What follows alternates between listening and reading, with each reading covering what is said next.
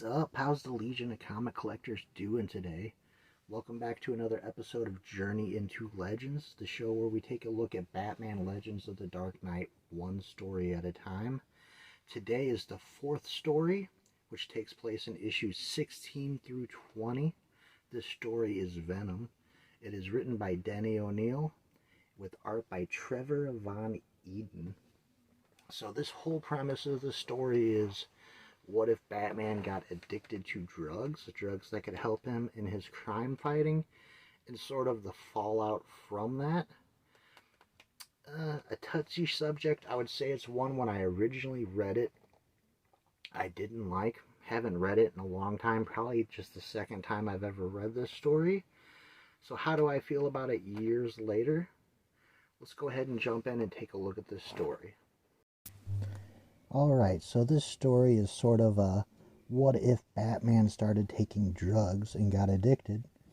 And it doesn't go the way you think it would, with Batman obsessively listening to the Beatles and then winding up in rehab after getting caught stealing Alfred's stuff. But basically it starts off he can't save a young girl from drowning because he isn't strong enough to move a boulder. And in breaking the news to her dad, he introduces him to Venom, which can give him super strength. He develops an addiction, and actually this girl's dad and a general want to kill Commissioner Gordon. Basically, the plot of the story, it is a precursor to Bane, of course, with the drug Venom, and also where the story ends up on the island of Santa Prisca, where the general basically transforms his son into an ultimate human, remodeling him with surgery and the Venom drug, and you get to see a cool showdown between him and Batman, as well as Batman fighting a shark.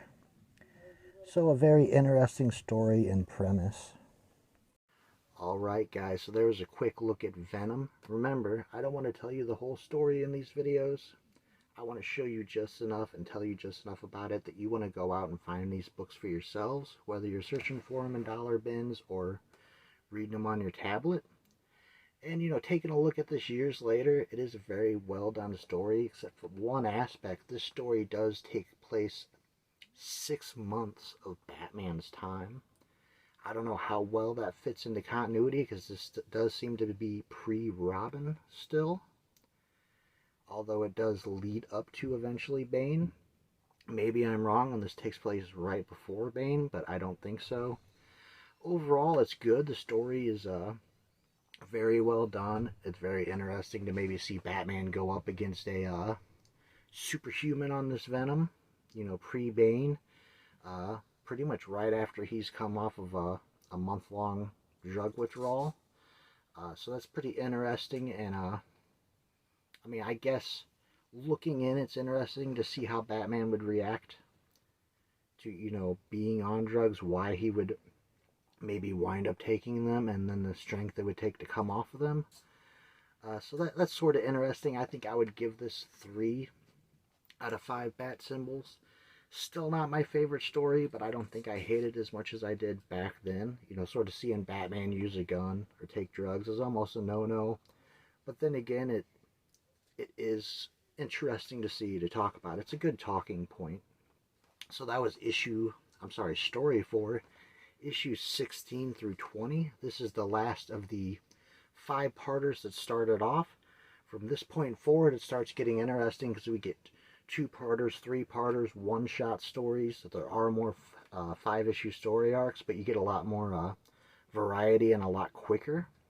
Some of my favorite issues in this stories in this series are 1- and 2-part issues.